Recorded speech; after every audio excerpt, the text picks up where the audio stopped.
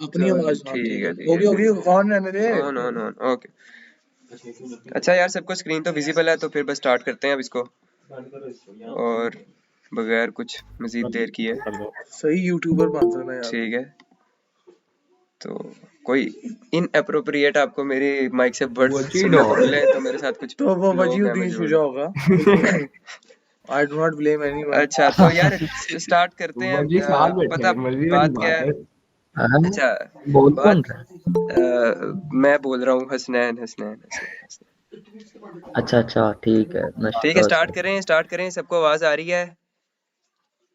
आ हाँ रही हाँ, आ रही आवाज चलो हाँ जी आ आ रही है रही ठीक है। आ रही है आ ठीक रही है। ठीक, ओके ओके ओके मैं देख ओके रहा था, ओके बाकी ओके। आवाज में आए। अच्छा यार दाऊद भाई। अच्छा बात यह है कि हम इसको जो इम्पोर्टेंट वीक्स हैं उनसे स्टार्ट करते मतलब शुरू से स्टार्ट करते हैं।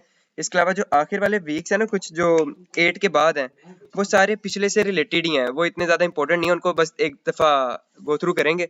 और हमने इसमें कोई सारा सारा नहीं पढ़ना, ठीक है? मैंने सारे आप लोगों को कंसेप्ट देने हैं। उसके बाद अगर किसी ने नोट्स पढ़ने हैं वो पढ़ सकता है, ना भी पढ़े तो इंशाल्लाह पेपर हो जाएगा, क्योंकि आमीन कंसेप्ट हो जाएगा, आमीन। हेडिंग्स आ जाएंगे आपके पास, आपको इस चीज़ का मतलब आता होगा, आप उसके इंशाल्लाह ऊपर लिख भाई। लोगे। इस चीज की मैं श्योरिटी देता हूँ। तो ओए हाँ हसनैन, तूने वजी के नोट्स पढ़े?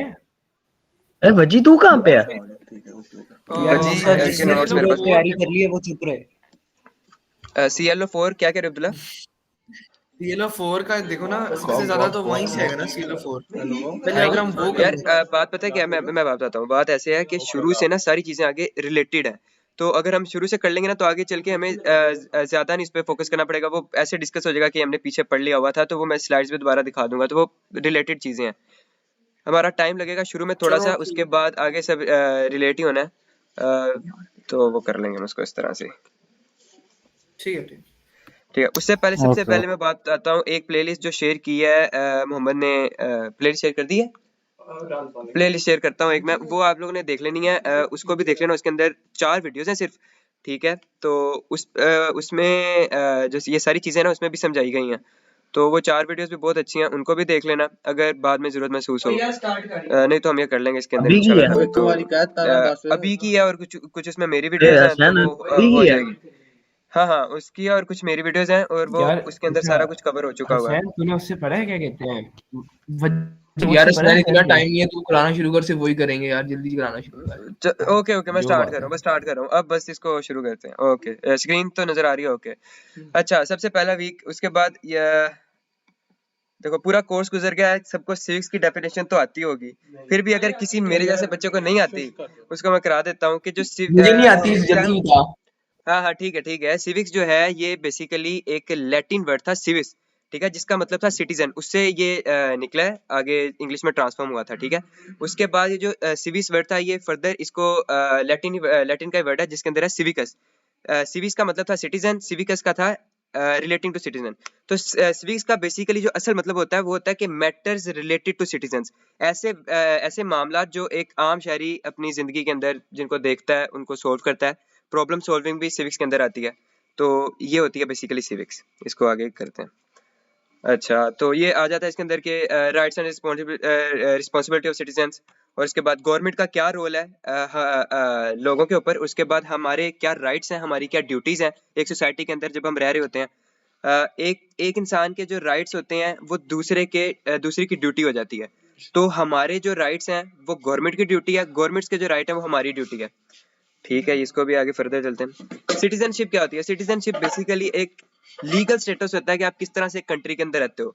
तो अगर कोई कंट्री आपको ओन कर रही है कि मेरी कंट्री का बंदा है, तो उसके आपके पास एक लीगल सिटीजनशिप का एक फॉर्म होता है, जो कि अब तो हमें नहीं मिलता कि हमारे घरों में शायद ही हो किसी के पास, लेकिन वो पहले एंसेस्टर्स के पास रह चुका हो, तो लीगल सिटीजनशिप का एक फॉर्म होता है। उसके बाद अब होता क्या है कि जब आप किसी कंट्री के सिटीजन बन जाते हैं, उसमें उस कंट्री के हिसाब से आपको रहना पड़ता है। हर कंट्री के डिफरेंट रूल्स होते हैं। एक तो होते हैं ना कि जो मैटर्स होते हैं, एथिकल मैटर्स, वो तो सब में सेम होते हैं, लेकिन इसके अलावा हर कंट्री के डिफरेंट रूल्स होते हैं डिफरेंट चीज़ों के ऊपर। तो जब आप एक कंट्री के अंदर सिटीजन हो जाते हो, तो उसके बाद अब आपको उस कंट्रीज के जो ड्यूटीज आप परफॉर्म करनी है, उसके बदले में जो कंट्री ने आपको राइट्स देने हैं वो खुद देगी। उसके बाद अब किस तरह से आपको सिटीजनशिप मिल सकती है? एक तो होता है बाय बर्थ, कि आप जहाँ पर पैदा हुए हैं, ठीक है। आपके जो वालिदैन जहाँ पर रह रहे थे, फिर आप जहाँ पर पैदा हुए, आपको वो सिटीजनशिप जो है तो ऑटोमेटिकली मिल चुकी हुई है। उसके बाद कुछ कंट्रीज हैं जैसे कि हम बात कर लेते हैं यूएई में, तो दुबई की। तो वहाँ पर ऐसा होता है कि अगर आप कुछ इन्वेस्टमेंट करो ना, वो उन्होंने कुछ एक पर्टिकुलर अमाउंट ऑफ मनी रखी होती है, वेल्थ रखी होती है। अगर आप इतनी इस बंदे ने हमारे यहाँ पे इन्वेस्टमेंट कर दी तो वो अपना जो है क्या से कहते हैं, हम उसको सिटीजनशिप दे देंगे। इसके अलावा एक और तरीका होता है नेचुरलाइजेशन का। तो इस तरीके में क्या होता है कि आप दूसरी कंट्री में जाते हो और वहां पे जाकर उन्हें कहते हो कि मैं ना आपके पास इतनी देर यहाँ पे रह लेता हूँ, जितनी वो देर कहते हैं कि हम आपको इतनी देर यहाँ पे रख सकते हैं, उसके बाद हम आपको वो दे देंगे सिटीजनशिप। तो वो इतना अरसा आपने वहाँ पे रहना होता है, वहाँ पे आपने सारे उनके ड्यूटीज परफॉर्म करनी होती हैं जिस तरह से वो अपने स्ट्रक्चर को लेकर चल रहे हैं। आप किसी भी तरह का, और जो दूसरे लोग होते हैं जो बाहर से आए होते हैं, उन पे ज्यादा सख्ती होती है। किसी भी तरह का उनके जो राइट्स हैं, उनकी जो ड्यूटीज हैं, वहाँ पे अगर आप किसी भी चीज को वायलेट करते हो तो आपको फौरी से डिमोट कर दिया जाता है। तो ये नेचुरलाइजेशन होती है। Naturalisation, okay. सिटीजनशिप ये थी, और इसके 3 तरीके हैं, वो हमें पता लग गया। बाय बर्थ, एक इन्वेस्टमेंट का जरिया है, और एक ये तीसरा जरिया। ओके, उसके बाद अब ये चीज थी, थोड़ी सी इसको देख लेते हैं। वैसे इतनी जरूरी नहीं है कि क्या राइट्स हैं, क्या ड्यूटीज होते हैं। तो हमें किस किस चीज का राइट मिलना चाहिए गवर्नमेंट की तरफ से, फिर उसके बदले में हमने क्या क्या ड्यूटी देनी है, वो इसमें लिखा हुआ है। तो हमें स्पीच, फेयर स्पीच करने का, केवल हम बोल सकते हैं, हम क्रिटिसाइज कर सकते हैं। रिलीजन, यानी कि हर तरह का जिसका कोई भी रिलीजन है तो उसको उसका इक्वल राइट मिलना चाहिए। वोट का राइट मिलना चाहिए कि कोई सख्ती नहीं होनी चाहिए। एस्टेब्लिशमेंट का कोई रोल नहीं होना चाहिए। कोई कुछ बोल रहा था? नहीं भैया पढ़ो, पढ़ाओ ठीक पढ़ाओ। ठीक। स्पीच अभी रिलीजन तक की है, तो अभी बताएं, अभी आता है। ठीक है, वहाँ पे वापस कर दो, वापस कर दो। ये रहा। एक सेकंड यार, बस एक सेकंड। ऐड एज ए को होस्ट, और बस चलो स्लाइड शो कर दो। अच्छा, उसके बाद आ जाता है एजुकेशन, फेयर ट्रायल। ये सब आप लोगों ने खुद एक दफ़ा नज़र मार लो इनको, इतना ये ज़रूरी नहीं है इनको पढ़ना। इसमें से ना ऐसा कोई खास सीधा सीधा क्वेश्चन आने लगा है कि राइट्स एंड ड्यूटीज़।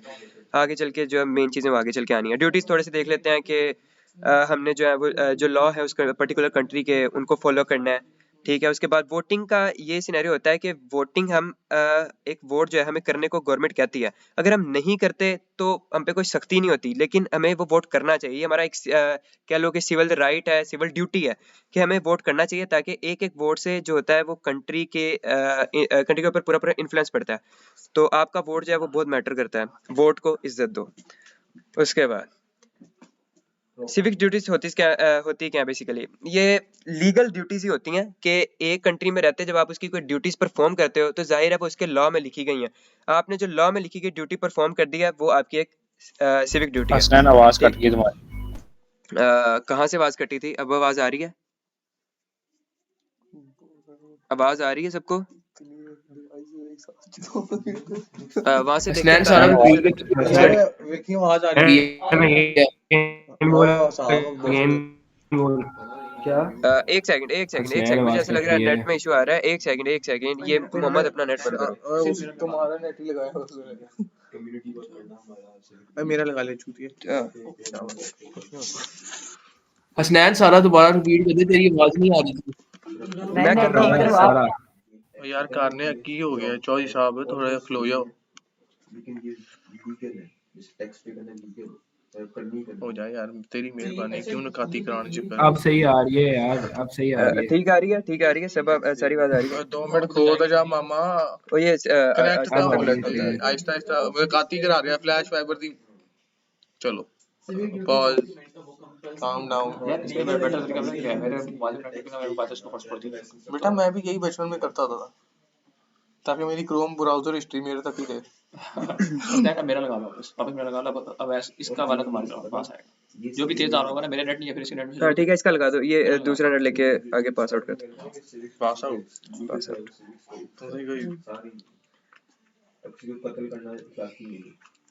इखलाकी है।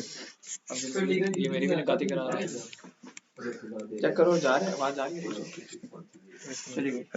आवाज आ रही है? No internet. नहीं वो शो ऐसे ही कर रहा वो वैसे शो कर रहा हाँ यार अब आ रही है। था। ठीक है, चलो अब फिर कहाँ से आवाज कटना शुरू हुई थी मुझे बता दो, मैं वहां से कर देता हूँ।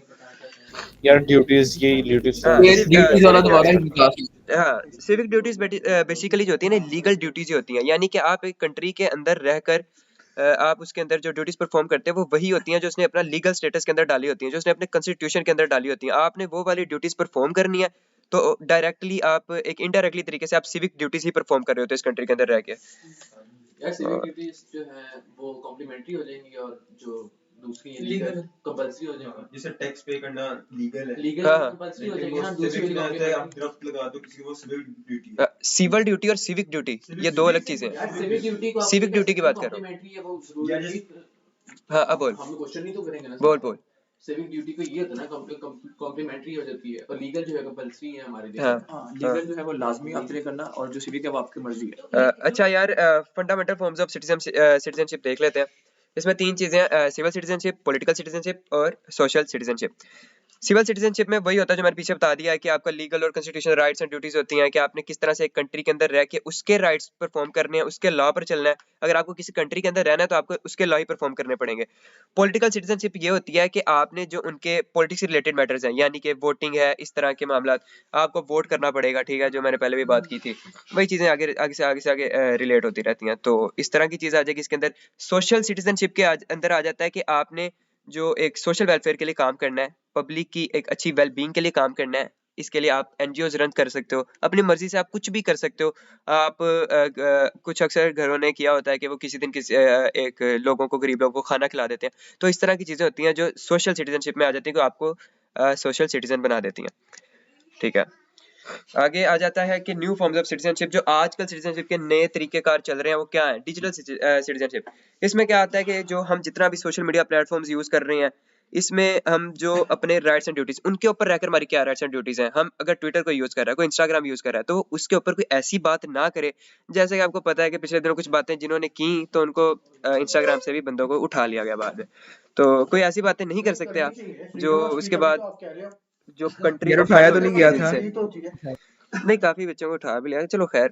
अच्छा, उसके बाद global citizenship. Freedom of speech की वायलेशन है, मुझे तो वैसे क्रेन इसके दो नाम और भी होते हैं, कॉस्मोपॉलिटन और यार वजी को चुप करा दे। National citizenship. मूसा कह रहा है वजी को चुप करा दे। उसके बाद आगे चलते हैं। अच्छा, ये एक ना बहुत ही फारिक चीज है, बस इसको एक सेकंड के अंदर हमने देखना है। एथेनियन डेमोक्रेसी क्या थी? इसमें होता है कि ग्रीक के अंदर ना एक डेमोक्रेसी सबसे पहले हमें ये बेसिकली ये पढ़ाया गया था नोट्स के अंदर सबसे पहले। अच्छा, ग्लोबल सिटीजनशिप मेरी रह गई थी। ग्लोबल सिटीजनशिप वो होती है कि जो इंटरनेशनल लॉज होते हैं ना, एक कंट्री के दूसरे कंट्री के साथ जो ताल्लुकात होते हैं उनमें आपने कोई इंटरफेयर नहीं करना, ऐसी कोई हरकत नहीं करनी कि दो कंट्रियां आपस में फ्रेंड हो जाएं। तो ये ग्लोबल सिटीजनशिप है। उसके बाद एथेनियन डेमोक्रेसी हमें बेसिकली इसलिए पढ़ाई गई कि हमें बताया जाए कि सिविक इंपॉर्टेंट क्यों है। तो ग्रीक्स के अंदर ना शुरू के दिनों में जब जहाँ से स्टार्ट किया इन्होंने डेमोक्रेसी के मामला, तो एथेनियन एक डेमोक्रेसी थी। उधर कुछ लोग थे एथेंस, जिनको हमारे नोट्स में लिखा गया पोलाइस कहा जाता था। तो उनमें एक टर्म थी क्लेस्थेनिस। क्लेस्थेनिस को ना फादर ऑफ एथेनियन डेमोक्रेसी भी कहते हैं। तो ये एक टर्म देख लेनी है बस। उसके बाद इसमें क्या है, हाँ क्या कहते हैं, सबसे स्टार्ट के अंदर जब उन्होंने एक एजुकेशन सिस्टम स्टार्ट किया था, उसके अंदर जो है वो सिविल इंगेजमेंट बहुत जरूरी थी, लोगों का आपस में मिलना बहुत जरूरी था। हमें अहमियत बताई गई है कि जो एक सिविल सोसाइटी की अहमियत क्या होती है। उसके अंदर डिफरेंट जो हमारे पुराने फिलोसफर गुजर चुके हैं उनके भी व्यूज हैं, वो भी किसी काम के नहीं है हमें। तो ओके, वीक 2 की तरफ आते हैं, जो मेन काम है। ये सिर्फ एक ओवरव्यू था, ये आगे चलता रहेगा। वीक 2 में हमने जो चीजें पढ़नी है उसके अंदर आता है एंटीक्विटी, मिडिवल इरा, अर्ली मॉडर्न पीरियड, जिसके अंदर रिनाइसेंस और एनलाइटमेंट आता है, और उसके बाद मॉडर्निटी। अच्छा, एंटीक्विटी बेसिकली जो है ना, ये सबसे वो पहला इरा है जब से ये चीजें स्टार्ट हुई। वेस्टर्न हिस्ट्री का सबसे वो पहला इरा है, ठीक है, बिफोर 5th सेंचुरी। जब ये जो रूल्स एंड रेगुलेशंस बनना शुरू हुए, तो सबसे पहले जो एरा था वो एंटीक्विटी का था। अच्छा यार, वो असल में मैं इसलिए तेज से पढ़ा रहा हूँ कि यार मोदी पूरी रात ये 14 पढ़ाने तो उसको यार सही पढ़ा रहा है बेटा, आप स्लो हो तो हम क्या करें। चलो हाँ ठीक है, ये मैं रिकॉर्ड कर रहा हूँ, रिकॉर्ड करके भेज दूंगा बाद में भी सुनते रहना जिसने सुनना है। उसके बाद मैंने प्लेलिस्ट भी रिकॉर्ड करके भेजी हुई है, वो भी आप पूरा डाटा टेंशन नहीं लेनी। एंटीक्विटी एरिया में हमें ज्यादा कुछ नहीं पढ़ाया गया, हमने असल में आगे जाके जो हमारा लॉन्ग भी आएगा वो मॉडर्न पीरियड से आएगा। हमने उसको देखना है असल में। तो मिडेवल एरा था जो इसके बाद आया था। असल में हमारी जो मेन चीज है वो है अर्ली मॉडर्न पीरियड। अब जो है ना लोग डिवाइड करते हैं मिडेवल एरा से लेके मॉडर्निटी का जो एरा है, कुछ लोग कहते हैं वो 14 से 20th सेंचुरी तक है, कुछ लोग कहते हैं कि नहीं वो है अपना 14 से पहले 18 है, फिर 18 से 20 तक है। 14 से 18 वो कहते हैं अर्ली मॉडर्न पीरियड था, अभी चीजें अराइज होना शुरू हुई थी, और असल जो मॉडर्निटी आई थी वो 18 से 20 आई थी। लेकिन उसके बाद कुछ लोग इसके अलावा भी हैं, वो ये कहते हैं कि नहीं इसके अंदर भी मॉडर्न पीरियड के अंदर भी दो चीजें हैं, एक है 14 to 16 जिसमें रेनेसांस था, एक था 16 to 18 जिसमें इनलाइटनमेंट था। जब हमारा लॉन्ग क्वेश्चन आ जाएगा अर्ली मॉडर्न पीरियड तो हमने चीजें इसमें अंदर लिखनी है, रेनेसांस लिखना है और इनलाइटनमेंट लिखना है, मॉडर्निटी नहीं लिखना। ठीक है, क्या करने की कोशिश करे मोहम्मद? ठीक ओके। उसके बाद अच्छा शुरू में किस तरह से ये जो रेनेसांस एरा था जो मॉडर्न पीरियड था, ये अर्ली मॉडर्न पीरियड का, उसमें अंदर दो एरा थे। तो सबसे पहले रेनेसांस, इसमें ये था कि किस चीजों की तरफ फोकस किया गया, की फोकस किस चीजों की तरफ था, उसमें आर्ट्स नॉलेज और डिस्कवरी की जो चीजें थी ना इसकी तरफ ज्यादा की फोकस किया जाता था। अब इसमें लोगों को नया नया शऊर आया था और अपने हक लेने की जो उनके पास थोड़ी सी पावर आ गई थी, कोई एक आध बंदा जो पावरफुल हो जाता था उनमें से, फिर उनका लीडर बन जाता था और फिर उन्हें पता लगता था कि भाई हमारे फ्रीडम हमारा राइट भी कुछ है, हमें आजादी चाहिए। ठीक है, तो उसके बाद ये सारी चीजें जब शुरू के अंदर आ गई ह्यूमनिज्म, तो ये उसमें वो बेसिकली इस चीज को भी प्रमोट किया गया कि जनाब इंसानों के हकूक को प्रमोट किया जाए। ठीक है, पहले इस चीजों का किसी को ख्याल नहीं आया। ठीक है, एक दूसरे से हम छीन के चीजें खाते थे इंसान, और उसके बाद ये इस एरा के अंदर ये सारी चीजें प्रमोट की गई जिसमें आर्ट्स नॉलेज डिस्कवरी पे बेसिक काम किया गया, फ्रीडम और राइट्स पे काम किया गया कि हमें अपने हक चाहिए, और ये ह्यूमनिज्म। उसके बाद आता है इनलाइटनमेंट एरा, मुझे पानी दे दो। ओके, तो आर्ट्स नॉलेज एंड डिस्कवरी दोबारा से इसके ऊपर काम किया गया, लॉजिक एंड रैशनैलिटी। अब जनाब लोग जो है वो फ्रीडम और राइट से भी हट गए, उन्होंने कहा मिल गए हमें फ्रीडम राइट जितने मिलने थे। अब हम बात करेंगे लॉजिकल थिंकिंग की, क्रिटिकल थिंकिंग की, हम प्रॉब्लम सॉल्विंग की बात करेंगे, हम आगे चलेंगे, हम साइंस पे, टेक्नोलॉजी पे, मैथ रिलेटेड मामला जितने भी हैं, जितने भी टेक रिलेटेड मामला था, अब हमने उनकी तरफ जाना है। जितनी हमने पीछे बहस मुबाहिसे करने थे, हमने अपने फ्रीडम के लिए लड़ना था, जो किंगशिप थी, मोनार्की सेटअप थे, वो सब अब हम खत्म करते हैं और अब हम आगे बढ़ते हैं जिसमें हम नई नई चीजों की इजाद करते हैं, टेक्नोलॉजीज की इजाद होगी। उसके बाद इस तरह की चीजें जो थी वो आगे चल के इनलाइटनमेंट एरा के अंदर आ गई। अच्छा मुझे ये बताओ कि रिनाइसेंस और इनलाइटनमेंट एरा की समझ आ गई है सबको? लिख लोगे इसके ऊपर? यस यस यस लिख लेंगे, आगे चलो। यार ये एनलाइटमेंट वाला थोड़ा सा समझा दे मुस्तान। नाउ यार मूसा मूसा चुप। क्या पीरियड था? इनलाइटनमेंट, अच्छा इनलाइटनमेंट में दोबारा बता देता हूँ। इनलाइटनमेंट में बेसिकली ये था कि लोगों को जब ये पता लग गया कि सर हमें अपने फ्रीडम राइट्स मिल चुके हैं, जो मिलने थे हमें मिल चुके हैं, जितना हमने इंसानों के हकूक के बारे में बात करनी थी हम कर चुके हैं, अब हमने बात करनी है लॉजिकल थिंकिंग की, क्रिटिकल थिंकिंग की, प्रॉब्लम सॉल्विंग की, रैशनैलिटी की। ठीक है, हमने टेक्नोलॉजी के रिलेटेड मामला में आगे बढ़ना है, टेक डेवलपमेंट करनी है, हमने नई नई चीजें इजाद करनी है जिसके अंदर साइंटिस्ट का दौर आया।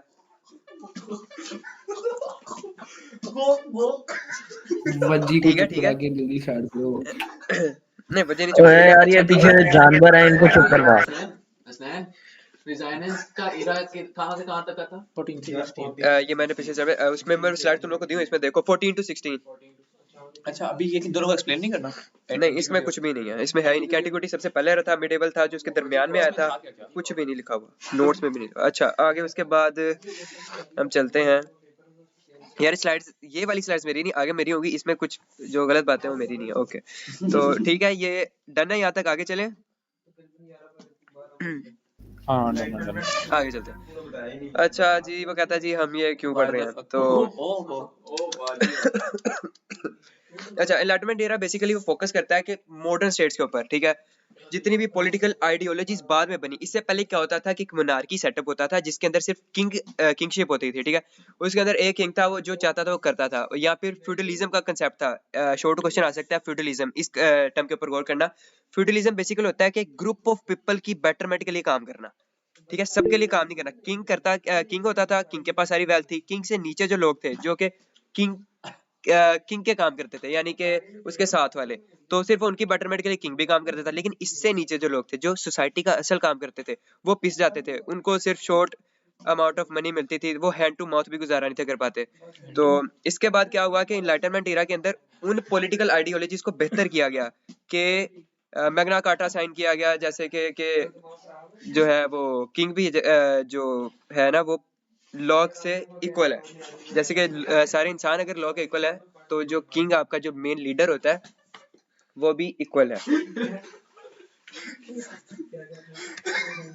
ओके उसके बाद यार जो मेन मैग्ना चीज आती कार्टा है, 19 ने साइन किया था। क्या हुआ, किंग किंग चार्ल्स मैग्ना टू से कार्टा साइन करवाया गया था, और इसकी डेट एग्जैक्ट मुझे नहीं याद, 19 कुछ 15 1215 1215 1215 13 में किंग को हाँ 1215। राइट्स दिए जाए तो 1200 तो में मेडिवल इक्वल में राइट्स नहीं की आ बात गए। हो रही थी ना। अच्छा, तो एलाइनमेंट में उसने किंग को फोर्स किया था कि हम इक्वल राइट दो ह्यूमंस। यार बेसिकली ना मैं उसको एक्सप्लेन कर रहा था, उसके अंदर लिख छोड़ दे, सकते हैं। आगे चल आगे मेरा चल चल कहने का चल मतलब आगे ये नहीं है कि चल। पॉलिटिकल आइडियोलॉजीज के अंदर मैग्ना कार्टा ही आएगा। एक्सप्लेन करते हुए बता रहा था कि इस तरह की चीजें आ गई तो उनको ठीक है मजीद ठीक है पॉलिटिकल ठीक आइडियोलॉजी है। के लिए बेहतर किया गया। ओके ठीक है जी। सोशल कॉन्ट्रैक्ट थ्योरी, अब ये चीजें थी कि डिफरेंट जो है ना हमारे फिलोसफर्स थे, थिंकर्स थे, उन्होंने जो डिफरेंट आइडियोलॉजीज दी, जो बताया उन्होंने कि हम क्या कर सकते हैं चीजों को बेहतर करने के लिए। मेन तीन थे, थॉमस हॉब्स, जॉन लॉक और रोसा। इसका और भी थे जो हमारे सिलेबस में है नहीं। थॉमस हॉब्स, अच्छा इसका ये सबसे पहले वो ये कहता है कि जो इंसान है ना, जो लोग हैं आपस में, वो अपने सेल्फ इंटरेस्ट पे हैं और एक दूसरे को लालच है, ठीक है। कोई किसी का कोई ख्याल नहीं करता, किसी को कोई फर्क नहीं पड़ता कि तुम्हारे पास खाना है या नहीं है, उसने अपना खाना है और उसने अगर उसे जरूरत पड़ेगी उसने तुम्हारा छीन लेना है, ठीक है। उसके बाद बेसिकली ये कोट इसके अंदर बड़ा मजेदार लिखा हुआ है कि it is a war of all against all, कि सब लोग ही आपस में एक दूसरे से लड़ रहे थे, जंगें हो रही थी। उसका कहने का मतलब ये है थॉमस हॉब्स का कि आप कुछ नहीं कर सकते, एक इंसान जो है वो ग्रीडी है बाय नेचर और उसने अपना ये काम करना ही करना है। उसके बाद ऐसा हुआ कि वो फर्दर ये कहता है कि इंडिविजुअल जो है वो इकट्ठे हों, साथ में आए और मिलकर अपने फ्रीडम्स के लिए कुछ काम करें, एक कह लो कि एक ऑर्गेनाइजेशन तैयार कर लें जो कि अपने ही फ्रीडम्स के ऊपर बात करेगी। उसके बाद वो कहता है कि स्टेट के पास अल्टीमेट अथॉरिटी है, आप स्टेट को चैलेंज नहीं कर सकते, आप कहीं पे भी स्टेट को क्रिटिसाइज नहीं कर सकते। अगर आप स्टेट को क्रिटिसाइज करते हैं तो इसका मतलब आप जो है वो लॉ को तोड़ रहे हैं और आपको किसी भी टाइम उठाया जा सकता है, वीगो आ सकती है आपके घर के बाहर। उसके बाद अगली चीज जो है, अच्छा कि स्टेट किसी भी टाइम, स्टेट से कोई क्वेश्चन ही नहीं कर सकता, स्टेट किसी भी टाइम कहीं पे भी आके कोई भी लॉ नया बना सकती है। स्टेट को अगर कोई मसला बन गया ना कि लोग इकट्ठे हो गए, एक मूवमेंट आ गई है, आगे चल के हम पढ़ेंगे पॉपुलिस्ट मूवमेंट के बारे में, तो इस तरह की कोई मूवमेंट आ गई है तो स्टेट आएगी, उठेगी, अपना एक नया लॉ बनाएगी, कहेगी ये हो ही नहीं सकता, चलो बैठो जाके घर जाके। तो ये थॉमस हॉब्स के असल व्यूज थे। उसके बाद जॉन लॉक व्यूज, अब वो थॉमस हॉब्स बेसिकली ये कहता है कि इंसान ग्रीडी है बाय नेचर, ठीक है, वो अपने खाने के लिए अपने पीने के लिए लड़ेगा, ठीक है, उसको सिर्फ अपना इंटरेस्ट चाहिए, आपका उससे फर्क नहीं पड़ता, मुझे तुमसे फर्क नहीं पड़ता, तुम्हें मुझसे फर्क नहीं पड़ता। उसके बाद वो ये उसने कोड के अंदर समराइज करता है कि it is a war of all against all, ठीक है, कि सब आपस में लड़ रहे हैं। फिर वो कहता है कि इंडिविजुअल्स मिलके एक और बना सकते हैं जिसमें अपना वो फ्रीडम के लिए फाइट कर सकते हैं। लेकिन उसके बाद वो ये भी कह देता है कि स्टेट के पास अल्टीमेट अथॉरिटी होगी, आपने एक ऑर्गेनाइजेशन बना दी, अब अल्टीमेट अथॉरिटी उसकी है, आपने पहले मिलकर बना दी, अब आप उसे भुगतो। और इसके बाद अगर कोई मसला हो गया, आपने कुछ नया कर दिया, वो लॉ बना देगी अपना, आप कुछ कर ही नहीं सकते उसके आगे। उसके बाद जो जॉन लुक था उसने असल में इसी के थॉमस हॉब्स के आइडियाज को आगे लेके चला, लेकिन उसने थोड़ा इसमें बेटरमेंट लेके आया। वो ये कहता है कि जो इंसान है ना वो ग्रीडी बाय नेचर नहीं है, ठीक है, इंसान जो है वो एक दूसरे का थोड़ा सा एहसास करता है, इस तरह की उसने थोड़ी सी इसके ऊपर बात की थी। आगे चल के जिस पे मेन बात करेगा वो रूसा करेगा, तो हम इसको देख लेते हैं। अच्छा, उसके बाद वो कहता है कि ये इंसान जो था वो लॉ ऑफ नेचर पे बिलीव करता था, कि ऐसा कुछ भी नहीं था कि आपस में लड़ी जा रहे मरी जा रहे हैं, स्टेट कुछ कर रही है तो आप कुछ नहीं कर सकते उसके आगे। कहता है कि लॉ ऑफ नेचर पे बिलीव किया जाता है। लॉ ऑफ नेचर में कहता है कि हमारे अंदर बाय बर्थ ही, हमारे इंस्टिंक्ट ही हमें ऐसा होता है कि हम, ये एवरेज पीपल्स की बात होती है, इसमें कुछ अगर साइकोपैथ आ जाते हैं तो उनकी बात नहीं होती। तो कहता है कि ऐसा है कि अगर हम किसी के साथ ज्यादती करते हैं तो माशरे में उसको बुरा मनाया जाता है, हम किसी की आजादी छीनते हैं तो उसको बुरा मनाया जाता है, तो ये लॉ ऑफ नेचर ये होता है। तो कहता है लॉ ऑफ नेचर पे लोग अमल करते थे, ठीक है, लेकिन फिर भी वो कहता है कि लोगों को इस बात का डर होता था कि कोई अचानक से कोई एक ऑर्गेनाइजेशन आएगी, कोई पार्टी आएगी, कुछ लोग आएंगे जो हमारे ऊपर रूल करना शुरू कर देंगे, क्योंकि जाहिर है अब वो उतनी पावर नहीं रह गई। पिछले में ये था कि हम एक दूसरे को लड़ेंगे मरेंगे लेकिन अपना खाना पानी पूरा करेंगे, ठीक है, लेकिन जब यहाँ पर यह आएगा कि हम लॉ ऑफ नेचर पे बिलीव करते हैं तो इसके अंदर फिर एक दिलों में डर भी पैदा हो गया कि कोई भी नया बंदा आएगा जो कि थॉमस हॉब्स के व्यूज के ऊपर उनको मानता होगा, तो आके हमें तो उड़ा देगा कि वो हमारे व्यूज नहीं मानता।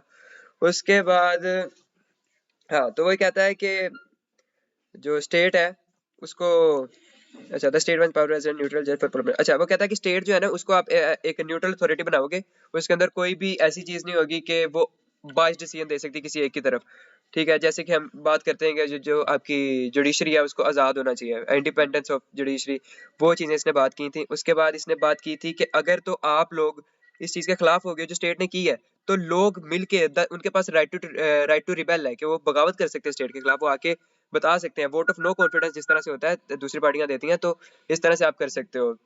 तो इन दो के दरमियान समझ आ गई कि बेसिक फर्क क्या है।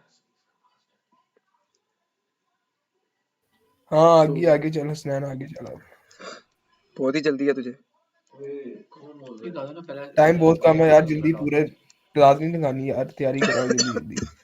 ये हो जाएगा, ये इंपॉर्टेंट है और इसमें से आगे चीजें आएंगी, इसमें से पक्का लो। ये जॉन लॉक अगेन समझाओ। हाँ ये तो याद कर लेंगे यार।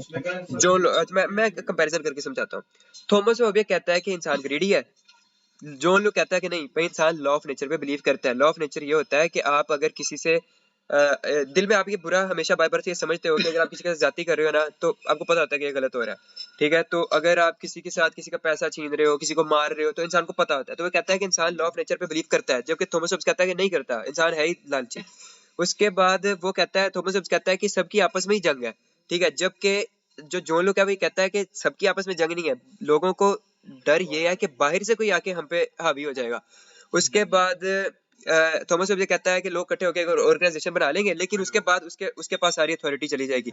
जॉन लॉक ये कहता है आप ऑर्गेनाइजेशन बना लोगे, लेकिन अब वो एक न्यूट्रल है, वो अपना जो डिसीजन है वो कभी भी बायस्ड नहीं देगी, वो कोई ओप्रेस नहीं करेगी अपना डिसीजन आपके ऊपर, वो हमेशा एक अनबाइस्ड डिसीजन देगी। और उसके बाद आपके पास एक राइट टू रिबेल है कि अगर आप स्टेट के खिलाफ जाना चाहते हो, स्टेट से बगावत करना चाहते हो, तो आपके पास राइट है। आपने अगर स्टेट ने कुछ ऐसे लॉ बना दिए, जबकि थॉमस होबिया कहता है कि स्टेट ने लॉ बना दिया, अब आप कुछ नहीं कह सकते, लेकिन जॉन लॉक ये कहता है कि स्टेट ने लॉ बना दिया है, तो आप फिर भी उसके पास आपके पास राइट टू रिबेल है, आप उसके खिलाफ जा सकते हो, आप बता सकते हो कि ये गलत है, हम इसको नहीं मानते। ठीक है, ये दोनों हो गए। अब आता है इसके बाद तीसरा व्यू, ओके रोस्टो का, इसको जैसे भी प्रोनाउंस करना कर लो।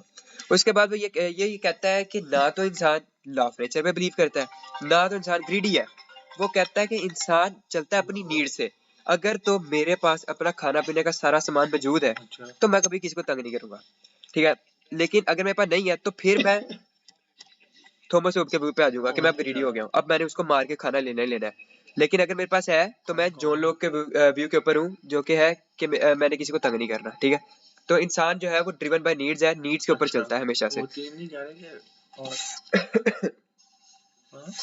अच्छा, तो इसके अंदर स्टेट ऑफ नेचर के अंदर वही फिर आगे वो ये कहता है कि लोगों का मजीद इसमें ये फोकस हो गया था कि हम अपनी जिंदगी कैसे बचा सकते हैं, कैसे सरवाइव कर सकते हैं इस दौर के अंदर। ना तो हमने, अगर हमारे पास अपना कुछ खाने पीने को मौजूद है, तो तब तो हम सरवाइव कर सकते हैं, लेकिन अगर नहीं है, तो फिर हमने लालची हो जाना। ये रूसो का व्यू था, ठीक है। उसके बाद ये कहता है supreme authority belongs to general will. अब पीछे क्या था, मैं रिलेट करके बताता हूँ। जो थॉमस होब्स था वो कहता था कि जितनी भी सुप्रीम अथॉरिटी है वो सारी स्टेट के पास है, आप कुछ नहीं कर सकते। दूसरा जो था जॉन लॉक, वो ये कहता था कि सारी अथॉरिटी उसके पास नहीं है, वो एक न्यूट्रल है, इंडिपेंडेंट है, उसके वो किसी की तरफ बाइज नहीं होनी चाहिए। अब ये क्या कहता है, ये बात करता है जनरल विल की। जनरल विल बेसिकली होती है मेजोरिटी, कि जो मेजोरिटी चाहती है, अगर 70% लोग चाहते हैं कि ये काम होना चाहिए, तो फिर वही सुप्रीम अथॉरिटी होगी, ठीक है। ये मेजोरिटी के साथ चलता है, ये उस तरह नहीं चलता कि अगर कोई एक पार्टी अगर आके बन गई है, अपनी लीडरशिप में आ गई है, तो अगर वो एक चीज को प्रमोट कर रही है खुद वो पार्टी, और जनरल विल इस चीज को प्रमोट नहीं कर रही, तो ये गलत है, वहां पे ये नहीं होगा। फिर उसके बाद राइट टू रिबेल है, तो ये चीज है। इसमें बेसिकली फोकस इन्होंने किया था जनरल विल के ऊपर। जितने भी काम है इन चीजों से हम रिलेट करेंगे इसको, बाकी इसकी चीजों से थॉमस होब्स की, जॉन लॉक की, तो हम बता देंगे कि ये असल में जनरल विल के ऊपर बात करता है, उन दोनों के आइडियाज को ये डिनाई कर देता है। और स्टेट भी तभी अपना उसमें बनेगी, वजूद में आएगी, जब उसके पास, जैसे कि हमारे होता है ना कि 2/3 मेजोरिटी हो, जब उसके पास जनरल विल होगी, जब उसके पास मेजोरिटी होगी, ठीक। उसके बाद ये कुछ दो हैं, इनको मेरे ख्याल नहीं पढ़ने की जरूरत, अगर किसी ने बाद में पढ़ने हो तो इसको लास्ट में आगे कर लो। अच्छा, ये है, इसको भी इतना पढ़ने की जरूरत नहीं है, वैसे इसको देख लेते हैं कि एनलाइटमेंट पीरियड के बाद जो डायरेक्ट इफेक्ट हुए थे उनमें क्या क्या था। इसके अंदर एक तो फ्रेंच रेवोल्यूशन हो गई थी। फ्रेंच रेवोल्यूशन का पता है कि सब लोग आपस में मर रहे थे, तो उसके बाद उन्होंने अपने किंग्स के ऊपर अटैक कर दिया था। उसके बाद यूएस कैपिटलिज्म इसके अंदर है, ये बस नाम याद रखने हैं। मॉन्टेस्क्यू चेक्स एंड बैलेंस है, और ये बस नाम याद रखने हैं, इनको कर लेना याद, ये आ सकता है, बस नाम ही याद रखने हैं, इनके अंदर कुछ भी नहीं बताना। ओके तो अब लॉन्ग क्वेश्चन है जो main long question. Main long question सबसे पहले आते हैं ये तीनों। इधर से हमने यहाँ से स्टार्ट किया, जो हमारा मेन एस्पेक्ट है वो है अर्ली मॉडर्न पीरियड। उसके बाद हम इस पे चलते रहेंगे और हम आएंगे मॉडर्निटी पे। मैंने बताया। अच्छा वो तीनों जो है वो इनलाइटनमेंट पीरियड के हैं। ये जो है ना, हमने जो इन तीनों की बात की है, ये मॉडर्निटी में नहीं आएंगे। उसके बाद ये दो जो है ये भी इनलाइटनमेंट के हैं, इनका कोई खास रोल नहीं, इनको बाद में देख लेंगे। उसके बाद अब आ जाती है मॉडर्निटी। अब मॉडर्निटी का मैंने पहले सारा बता दिया हुआ है कि कुछ लोग समझते हैं 16 to 20 है, कुछ लोग समझते हैं कि आगे वो फर्दर अर्ली मॉडर्न पीरियड के अंदर डिवाइड है। लेकिन जो अभी हम कंसेप्ट पढ़ रहे हैं ना मॉडर्निटी का, वो है कि 18 से 20 वाली, हमने उसकी वो चीज़ देखनी है।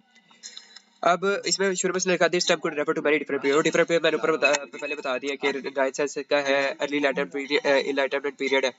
इसके अंदर बेसिकली हुआ क्या, इस दौर के अंदर 18 to 20 सेंचुरी का इंडस्ट्रियल रेवोल्यूशन है, ठीक है, कि किस तरह से इंडस्ट्रीज में काम किया गया, एक प्रोडक्शन की गई मुख्तलिफ चीज़ों की, टेक्सटाइल के जो इंडस्ट्री थी उसके ऊपर काम किया गया, डिफरेंट अर्बनाइजेशन हुई, लोगों ने गांव छोड़ के जनाब इस तरफ आना शुरू किया। उसके बाद बिल्डिंग्स बड़ी बड़ी बनाई गई, इस तरह की चीज़ें सारी इंडस्ट्रियल रेवोल्यूशन में। मॉडर्निस्ट मूवमेंट्स हुई जिसके अंदर हमारे पास जो है हमने जो भी नए राइट्स हमने जो बनाए हैं, जो इंसानियत के लिए अच्छे राइट्स हैं और जो एक अच्छी एजुकेशन प्रोवाइड करने का तरीका कार है, वो सब फिर इसके अंदर आ जाता है मॉडर्निस्ट मूवमेंट्स के अंदर।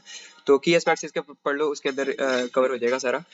सबसे पहले इंडिविजुअलिज्म को प्रमोट किया गया कि हर इंसान का अपना एक हक है, उसका आप छीन नहीं सकते। डेमोक्रेसी, जमहूरियत, ठीक है। उसके बाद rationality, urbanization, advancement of technology की गई, ह्यूमन राइट्स थे उनको आगे फ्राहम किया गया। एजुकेशन, ग्लोबलाइजेशन यही है कि अगर तो आप एक कंट्री से दूसरी कंट्री के साथ आपके जो ताल्लुक आता है, अगर कोई इंसान दूसरी कंट्री में काम करे, जिस तरह टेक्नोलॉजी के ऊपर काम करते हैं, कोई ये फाइबर है, अपवर्क है, तो हमें वो करने देना चाहिए, उस पर कोई बैन नहीं करना चाहिए। जिस तरह अक्सर हमारी साइट्स जो है वो बंद हो जाती है, गवर्नमेंट अक्सर बंद कर देती है, तो वो नहीं होना चाहिए बेसिकली। कल्चरल चेंज इसमें आ जाता है मॉडर्निटी के अंदर। तो ठीक है, ये मॉडर्निटी समझ आ गई। दो मेन बातें, इंडस्ट्रियल रेवोल्यूशन, मॉडर्निस्ट मूवमेंट। उसके बाद की एस्पेक्ट्स में बेसिकली वही चीज़ है जो मॉडर्निस्ट मूवमेंट के अंदर आ जाती है, ठीक है।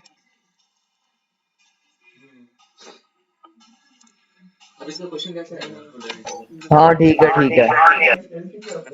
अच्छा क्वेश्चन था कि इसका मॉडर्निटी का क्वेश्चन कैसे आएगा। वो यही आ सकता है कि आप 18 से 20 सेंचुरी के अंदर जो मॉडर्निटी का पीरियड था वो बताओ, या फिर ये आ सकता है कि आप मुझे अर्ली मॉडर्न पीरियड से लेकर मॉडर्निटी तक जो भी एवोल्यूशन हुई, जो जो आइडियाज बदलते गए, रैशनलाइज होते गए, उनके बारे में मुझे बताओ।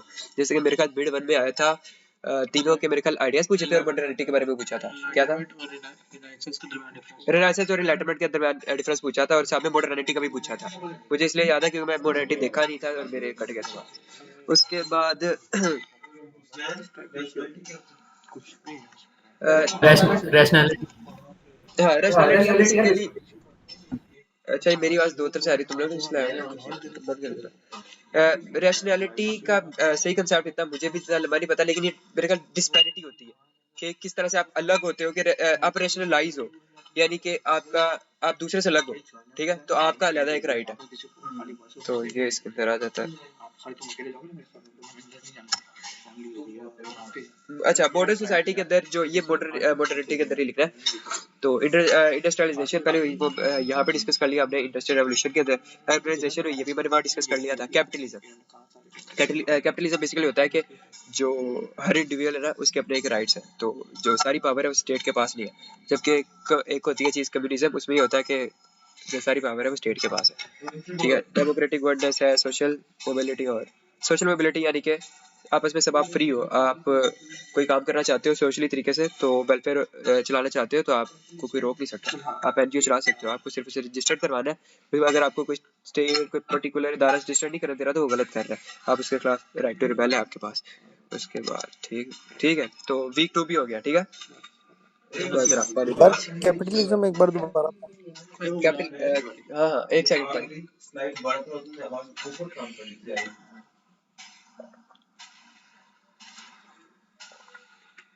मेरी बात वहां से वहां तक नहीं आई तो मुझे तो बच्ची बोल लेता हूँ। अच्छा, इंडस्ट्रियलाइजेशन ये है कि हमने पहले मैंने डिस्कस कर लिया, इंडस्ट्रियल रेवोल्यूशन की समझ आ गई थी ना, उसमें डिस्कस कर लिया था। अर्बनाइजेशन भी डिस्कस कर लिया था।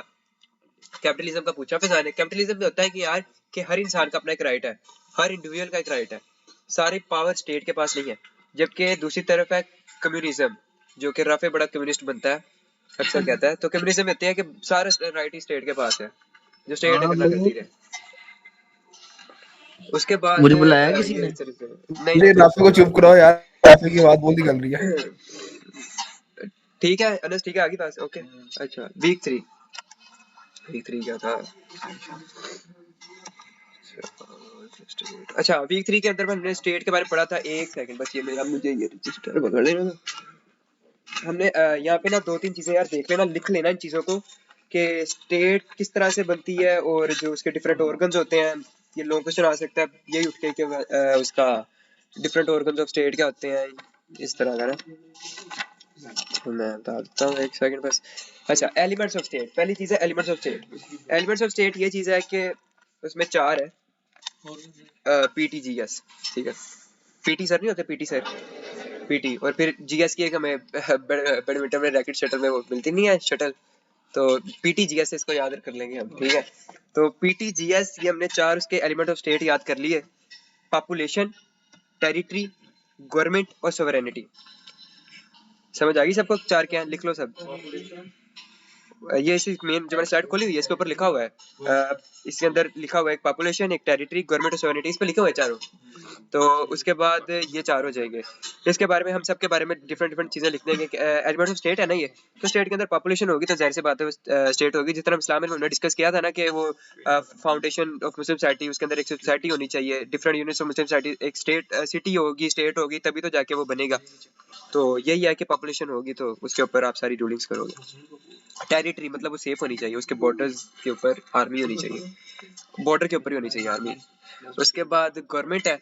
गवर्नमेंट का कंसेप्ट यही है कि जो आपको रूल कर रहे हैं, आपने अपनी जो जनरल विल से जो आपने लीडर्स बनाए हैं आगे, और फिर उसके बाद जो वो कर रहे हैं आपके साथ, तो वो सब गवर्नमेंट है। सोवरेनिटी होता है वेस्टर्न कल्चर के अंदर, सोवरेनिटी होता है कि जितनी भी पावर है ना वो सारी इंडिविजुअल्स के पास है, कैपिटलिज्म का कंसेप्ट होता है। तो लेकिन हमारे जो इस्लामिक सेटअप होता है इसके अंदर ये होता है कि सोवरेनिटी बिलोंग्स टू अल्लाह। जो जितनी भी पावर है ना, अल्टीमेट अथॉरिटी है वो अल्लाह ताला की है। यानी कि अल्लाह ताला ने जो हमारे लिए रूल्स एंड रेगुलेशंस डिफाइन किए हुए हैं ना, क्योंकि इस्लाम खुद एक पॉलिटिकल सिस्टम है, तो वो जो रूल्स एंड रेगुलेशन हमारे लिए डिफाइन है, हमने वो वाली सोवरेनिटी पे बिलीव करना है कि सोवरेनिटी सारी अल्लाह की है। तो गवर्नमेंट भी अपने जो है वो सारे लॉज किस तरह से बनाएगी, कॉन्स्टिट्यूशन इसी तरह से लिखा जाएगा कि जो हमें चीजें कुरान और सुन्नत से मिलती हैं। तो ये पाकिस्तान का वेस्टर्न कल्चर के अंदर ये होता है कि आपने सोवरेनिटी बिलोंग्स टू इंडिविजुअल्स, जो इंडिविजुअल्स चाहते हैं, ठीक है। उसके बाद आगे है इसमें स्टेट और सोसाइटी में क्या फर्क होता है।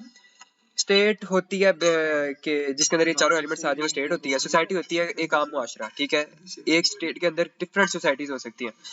सोसाइटी एक कह लो कि स्टेट का एक छोटा पार्ट है, एक ऑर्गेनाइजेशन टाइप चीज कह लो जिसको। इनका मेन फंक्शन क्या होता है, तो सोसाइटी का फंक्शन होता है लॉ एंड ऑर्डर, उसने सॉरी स्टेट का फंक्शन होता है लॉ एंड ऑर्डर। तो उसने स्टेट ने लॉ बनाने हैं, अपना ऑर्डर देना है, आवाम से अपनी ड्यूटीज उनकी पूरी करवानी है, खुद उनको राइट्स प्रोवाइड करने हैं, दिया जाता है। लॉ एंड ऑर्डर के अंदर फंक्शन जो है स्टेट का। सोसाइटी का काम है कि उसने सोशलाइजेशन करानी है, उसने लोगों को इस तरह की चीजों के अंदर इन्वॉल्व करवाना है कि वो सोशलाइज हों, वो इस तरह के काम करें। यानी कि अगर कोई वोटिंग में नहीं जा रहा तो इस तरह के मैं कुछ चीजें करूं, ऑर्गेनाइजेशंस करूं, एनजीओज रन करूं, इस तरह की चीजें सारी सोसाइटी कर रही होती है, स्टेट नहीं कर रही होती। स्टेट का एनजीओ से ताल्लुक नहीं है। क्या करें अच्छा, स्टेट और सोसाइटी में फर्क ये है कि स्टेट जो हमें पहले बता दिया कि क्या होती है, उसके अंदर वो 4 एलिमेंट होते हैं। उसके अंदर स्टेट का काम होता है उसने लॉ एंड ऑर्डर बनाना होता है, उसने आपको आपसे आपकी सारी जितने भी ड्यूटीज हैं उसने आपसे परफॉर्म करवानी होती है। अगर आप नहीं करते तो फिर आपके ऊपर जो भी आप रूल को जो वायलेट कर रहे हो उसके हिसाब से जो भी आपकी पनिशमेंट है, जो भी सजा है, वो आपको मिल जाती है। उसके बाद सोसाइटी का ये काम होता है कि वो सोशलाइजेशन कराती है, यानी कि वो लोगों को इस चीज़ के लिए प्रमोट करती है कि आप एनजीओज रन करें, आप वेलफेयर बनाएं। इस तरह के काम जितने भी है ना, जो पब्लिक वेलफेयर के काम है, जो सिविल सोसाइटी के रिलेटेड काम है, वो सारे करवाती है अपना जो है सोसाइटी। अब इसके अंदर क्या होता है, स्टेट के अंदर हायरार्किकल सेटअप होता है। इसमें होता है कि एक चीज सबसे ऊपर होती है, जिस तरह की गवर्नमेंट है वो ऊपर होगी, उसके बाद आपका जो है पॉपुलेशन तो चाहे सबसे एंड में होती है, उसके बाद आपका अक्सर कंट्रीज के अंदर टेरिटरी, हाँ इसके अंदर डिफरेंट चीजें आ जाती हैं जिसमें प्रोविंशियल गवर्नमेंट्स होती हैं कि हर सूबे की अलग अलग गवर्नमेंट होती है। उसके बाद लोकल गवर्नमेंट का एक कंसेप्ट आ जाता है, पहले, अब तो नहीं है, वो पहले होता था। उसके बाद अपना जो है सोसाइटी के अंदर प्लूरलिस्टिक का कंसेप्ट आ जाता है, प्लूरलिज्म। मैं पॉपुलिज्म की स्लाइड कवर करते हुए ना इसको जरा अच्छे से करवाऊंगा, तो अभी मैं इसको छोड़ रहा हूँ, वहां से आपको ये भी समझ आ जाएगा। वो वाले हमने करने पॉपुलिज्म। अच्छा, उसके बाद ये जो स्टेट है, ये हमें मतलब जो भी हम लॉ वायलेट करते हैं उसके खिलाफ सजा देती है। सोसाइटी के अंदर क्या होता है, जो लिखे हुए ना टैबूज, मोर्स, नॉर्म्स एंड फोल्कवेज, इस तरह की चीजें, जो भी एक अनएथिकल चीज है या फिर एक ऐसी स्टोरी, मनगढ़ंत स्टोरी आपने नहीं बना के पेश कर देनी, ठीक है। कॉन्स्पिरेसी थ्योरीज आपने बना के पेश नहीं कर देनी। तो इस तरह की चीजों से आपने बचना है। अच्छा, इसके अंदर क्या था कि कुछ की टर्म्स हैं इस रीडिंग के अंदर, वीक 3 के अंदर, वो देख लेते हैं। वीक 3 किसी काम का नहीं है, इसलिए बस इसको गुजार रहे हैं। लीगल क्या होता है? लीगल वो चीज होती है जो लॉ के अंदर लिखी हुई है, ठीक है। यहाँ पे एक लफ्ज लिखा है लीगल एंटिटीज रिट मतलब होता है लॉ। तो लॉ के अंदर जो चीज लिखी गई है वो आपके लिए लीगल है। लेजिटिमेट फिर वो चीज होती है जिसको पब्लिक भी, जो आपकी आम आवाम है ना, जितनी भी पॉपुलेशन है, उसको मान ले कि हाँ ये ठीक है, हम इसके साथ हैं। अब कुछ चीजें होती हैं जो लीगल होती हैं लेकिन वो लेजिटिमेट नहीं होती, वो इलेजिटिमेट होती है, यानी कि उनको आवाम ने नहीं माना होता, ठीक है। कुछ चीजें ऐसी होती हैं जो लेजिटिमेट होती हैं, यानी कि आवाम कहती है कि ये कर दो, लेकिन गवर्नमेंट नहीं करती, उसको लॉ नहीं बनाती, वो सिर्फ लीगल रह जाती है। तो ये लीगल और लेजिटिमेट के अंदर फर्क है। और authority power that is legitimate. तो अथॉरिटी ये होता है बेसिकली वो चीज के जो लीगल भी है और लेजिटिमेट भी है। अब यानी कि जो एक लॉ भी बना हुआ है, उसके बाद आवाम भी इसको मान रही है, तो वो अथॉरिटी के अंदर चीज आती है। तो लीगल, लेजिटिमेट और अथॉरिटी का फर्क समझ आ गया सबको? लेजिटिमेट यार एक फर्क नहीं आ रहा। लेजिटिमेट यार ये होता है कि आम आवाम क्या चाहती है। क्या आपने जो लॉ बना दिया है, कि आवाम भी वो चाहती थी कि नहीं चाहती थी? अगर उसको चाहती थी तो लेजिटिमेट भी हो गया वो लॉ, नहीं तो अकेला लीगल है। लेकिन अगर नहीं चाहती थी तो लॉ तो लीगल है लेकिन इलेजिटिमेट है। मगर अथॉरिटी में ये होता है कि दोनों चीजें आ जाती है, लीगल भी हो जाता है, लेजिटिमेट भी हो जाता है, आवाम भी मान जाती है और लीगल भी है। तो इलेजिटिमेट लीगल जो है वो भी यही चीज होगी। क्या चीज? ठीक है, सही समझ आ गया। वो आवाम नहीं मानी, उसमें आवाम नहीं मानी। इलेजिटिमेट लीगल में ये होता है कि आपके ऊपर एक लॉ तो बन गया लेकिन आप नहीं मान रहे, हाँ, मेजोरिटी नहीं मान रही। लेजिटिमेट लीगल जो है वो अथॉरिटी हो गया। वो अथॉरिटी हो गया। और इलेजिटिमेट जो है वो लीगल का हो गया। इन यार जो नॉट एक्सेप्टेड बाय पॉपुलेशन हाँ, हाँ। वो लीगल है ना? नहीं बात ही समझो मेरी। मैं दोबारा बताता हूँ। देखो, लीगल वो चीज होती है जो लॉ होता है, अगर उसको अवाम ने मान लिया तो लेजिटिमेट, नहीं माना तो इलेजिटिमेट। लीगल फिर भी और अगर अवाम ने मान लिया और लीगल भी था तो अथॉरिटी। उसके बाद ठीक है, ये डन है।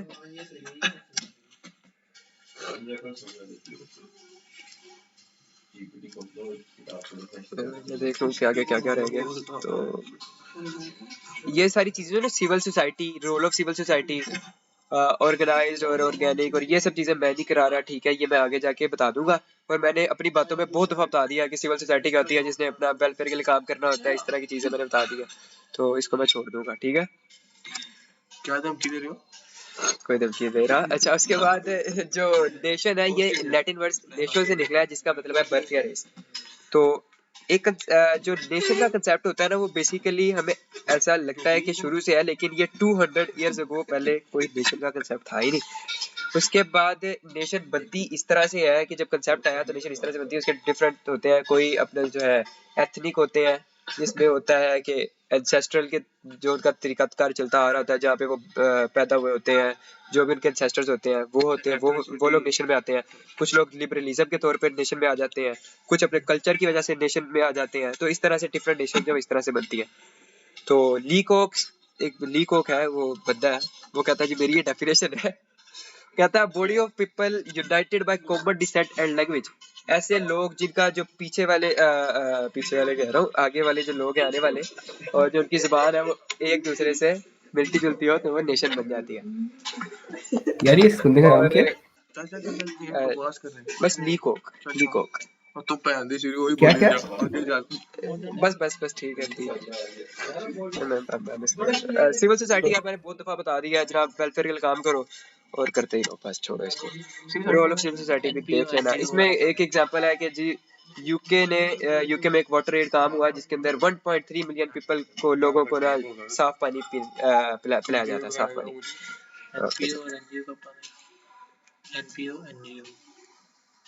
यार तुझे पता है एनपीओ और एनजीओ का फर्क एनपीयू और एनपीओ और एनजीओ। का फर्क अच्छा एनपीओ और एनजीओ। अच्छा यार हम ऑर्गेनाइजेशन डिफरेंट बनाते हैं सिविल सोसाइटी के अंदर।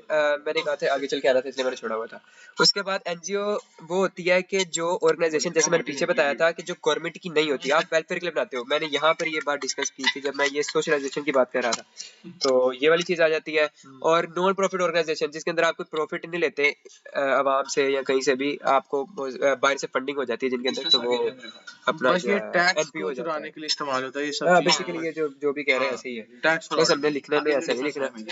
ओके। ऑर्गेनाइज्ड यार होती है अपना हायरार्किकल वाली, यानी कि जिसके अंदर एक ऊपर से सेटअप चलता हुआ आ रहा है, यानी कि एक किंग है, उसके नीचे है एक बंदा है। हायरार्किकल सेटअप तो सबको पता ही होगा ना कि ऊपर से नीचे तक का जो सेटअप आ रहा होता है, यानी कि सॉफ्ट टैग समझ लो। सॉफ्ट टैग मतलब आपका एक हेड है, फिर आपका डिप्टी हेड है, फिर उसके बाद और कौन होता है, तुम क्या थे बुलाए? अच्छा चलो ठीक है, ऑफिसर हो तो गया, इस तरह के ऑफिसर्स हैं जिस तरह हम पहले सेमेस्टर में आगे बच गए हुए, तो ये आ जाता है हायरार्किकल सेटअप। और ऑर्गेनिक होता है भाई प्लूरलिस्टिक, प्लूरलिज्म वाला आगे बताऊंगा प्लूरलिज्म क्या होता है। V4 किसी काम का नहीं है। V4 भी डेमोक्रेसी के ऊपर बात हुई है कि डेमोक्रेसी क्या होती है, कहाँ से आई है। डेमोक्रेसी जो पहला लफ्ज है लैटिन ही है। हमने सारे ये जितना भी हमने सिविक से अब तक पढ़ा, सिविक से पढ़ा तो सिविक्स वर्ड था लैटिन से आया था। डेमोस पढ़ रहे हैं लैटिन है। नेशन के लिए नेशो पढ़ा था लैटिन है। डेमोस मतलब पीपल रूल, और क्रेटिन दूसरा लफ्ज है लैटिन टू, सॉरी डेमोस का मतलब है पीपल और क्रेटिन का मतलब है टू रूल। आवाज आ रही है? ये थोड़ा ऊंचा बोलो मेरी अच्छा, डेमोस का मतलब है पीपल और क्रेटिन का मतलब है टू रूल। तो उसके बाद यानी कि एक ना अब्राहम लिंकन का कोट था, हम सबने पढ़ा होगा, to the people by the people from the people, यानी कि लोगों को रूल करना है उनके तरीके से जैसे कि वो चाहते हैं। आपने कोई इसके ऊपर ना अपना कोई वो नहीं करना, चीजें तो डेमोक्रेसी नहीं करना। उसके बाद एथेनियन डेमोक्रेसी शुरू में सबसे पहले पढ़ी थी, पढ़ा दी थी मैंने, बता दिया इसके बारे में। मैग्ना कार्टा बात होगी थी इसके ऊपर भी, जो लोग वही चीजें दोबारा से आ गई, जो लोग जीन जैक रोusseau और सबके व्यूज आ गए, हमने पढ़ लिया। फ्रेंच रेवोल्यूशन के बारे में पढ़ लिया, मैंने बता दिया था क्या होती है, तो ठीक है ये ऐसे ही चल जाएगा अभी। अच्छा, वो कहता है जी डेमोक्रेसी गोटेड क्यों है, तो बेस्ड ऑन ह्यूमनिज्म। ह्यूमनिज्म वही मैंने बताया था कि क्या होता है ह्यूमनिज्म, मैं बताया था सब चीजें रिलेट होती हैं, तो ह्यूमनिज्म फिर से आ गया। ह्यूमनिज्म होता है कि इंसानों के हकूक के ऊपर बात करना, जो चीजों को जो चीजें लोगों को अच्छी लगती हैं लोगों को दे देना, जो उनको बुरी लगती है उनसे ले लेना, उनको मतलब ऐसी चीजें के ऊपर। ये स्लाइड्स किसने बनाई है? यार ये स्लाइड्स किसी की है, मेरी आ गया इसलिए ये थोड़ी सी वैसी है, आप इनको किसके नाम ले देंगे अभी। उसके बाद अच्छा ये स्लाइड मैंने बनाई थी। अच्छा इस पे आ जाते हैं। इसमें कुछ टर्म्स थी वीक 4 के अंदर, तो वो हम देख लें वीक 4 के अंदर। हाँ तो ये चीजें हैं यार, वर्ड बहुत मुश्किल है, पहला खुद ही पढ़ लेना मैं अड़ूंगा फिर कहोगे। तो पहला जो है इसका मतलब है कि तुम्हारा ओपिनियन बाहर दो। इसका मतलब ये है कि गवर्नमेंट ये कहेगी, याद कैसे रखेंगे? स्पेलिंग वर्ड सही था ना? अथॉरिटी से निकला, अथॉरिटी से। ए मैं कह रहा हूँ सही तरह पढ़ पूरा जो लिखा हुआ है। अबे एक मिनट ठहर जा, वीक कौन सा है? यार वीक 4 पढ़ रहे हैं, खत्म भी हो गया, तुम अब आगे पूछ रहे हो वीक कौन जाके तू सो जा, जाके तू ना माइक खोली। वैसे इस टर्म्स की जरूरत नहीं है। वैसे बस बता दूं मैं, ये इसमें कुछ भी नहीं आने वाला, मैं बस हल्का सा बताने लगा क्या। अच्छा उसके ना बाद बता, यार बस वीक 5 सबसे स्टार्ट पहले कर। बस एक सेकंड लगना है, इसको देख लें, हो सकता है शॉर्ट क्वेश्चन आ जाए, एक सेकंड सिर्फ। अच्छा ऐसा है कि सबसे पहले गवर्नमेंट कहती है कि आपका ओपिनियन बारे में जाए, हम अपना काम जो करना चाहते हैं कर लेंगे। दूसरे में ये कहते हैं कि इंटरफेरेंस, ये फिजिक्स वाला आगे लिख दिया है नहीं फिजिक्स वाला। इंटरफेरेंस इसमें ये आता है कि आप हमारे मामला के अंदर कोई इंटरफेरेंस नहीं कर सकते। उसके बाद एरिस्टोक्रेसी, ये एरिस्टोटल से निकला है, जिसके अंदर वो ये कहता है कि जिन लोगों के पास वेल्थ होती है उनको पावर दे दी जाती है, लेकिन वो पब्लिक के वेलफेयर के लिए काम जरूर करते हैं। ऑटोक्रेसी ये कहती है कि जिन लोगों के पास वेल्थ होती है उनको पावर मिल जाती है, लेकिन वो काम अपने लिए करते हैं, वो आपके लिए काम नहीं करते। ओलिगार्की ये कहती है, वो जो फ्यूडलिज्म मैंने शुरू में बताया था कि ग्रुप ऑफ पीपल के लिए काम करते हैं। लैंड ओनरशिप इसके अंदर आ जाता है, यानी कि एक इंसान ने एक लैंड खरीद लिया, उसके ऊपर वो अब जो लोगों से काम करवाएगा ना उनको टाइम पर उनकी लेबर प्रोवाइड नहीं करेगा, इस तरह की चीजें आ जाएगी। हायरार्किकल स्ट्रक्चर हमने पढ़ लिया। ये क्या हुआ छोड़ दे यार भाई, यार मुझे पता तुम ऐसा कुछ निकाल लोगे, चुप रहो, ये लॉन्ग था हमारा एनपीओ एनजीओ। मैं बाद में बता देता हूँ इसके बारे में। अच्छा वीक 5 और वीक 6 का यार ये चक्कर है, वीक 5 मैं नहीं कराऊंगा। वीक 5 में आर्टिकल्स हैं। आर्टिकल का ये मामला है कि अगर पेपर में आ गया आर्टिकल नंबर 8 के बारे में लिखो, तो आपको आर्टिकल याद करना पड़ेगा, मैं उसका कुछ भी नहीं कर सकता। टांग ते लिख लो बजी दी शुरू इतना बजी की तरह टांगों शांगों पे जहाँ पे भी लिख लो, ठीक ये है। आर्टिकल्स नहीं आएंगे वैसे, मैंने मैम से पूछा था। तो कॉन्स्टिट्यूशन आ सकती है, उसके अंदर कॉन्स्टिट्यूशन का कंसेप्ट है। मैं लास्ट पे टाइम मिलेगा तो कॉन्स्टिट्यूशन के बारे में जो जो चीजें उसके ऊपर नोट्स मैं वो करवा दूंगा, ठीक है।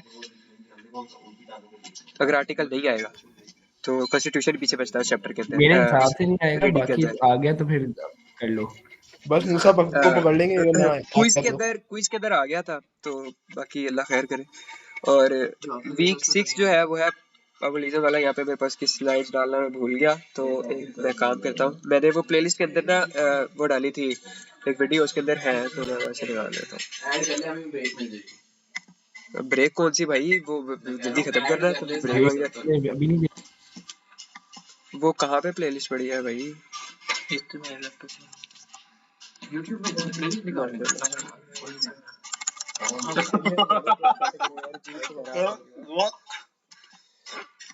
इसको एक्सप्लोर कर दो यार, थोड़ी देर हरकतें जो करते हैं यहाँ पे जो भी लास्ट वाली अपलोड की थी ना, ये मैंने अपलोड की थी, ये वाली जो है, इसको लगाओ दो, तो यहाँ से करा देता हूँ। और इसको म्यूट कर देना ताकि मुझे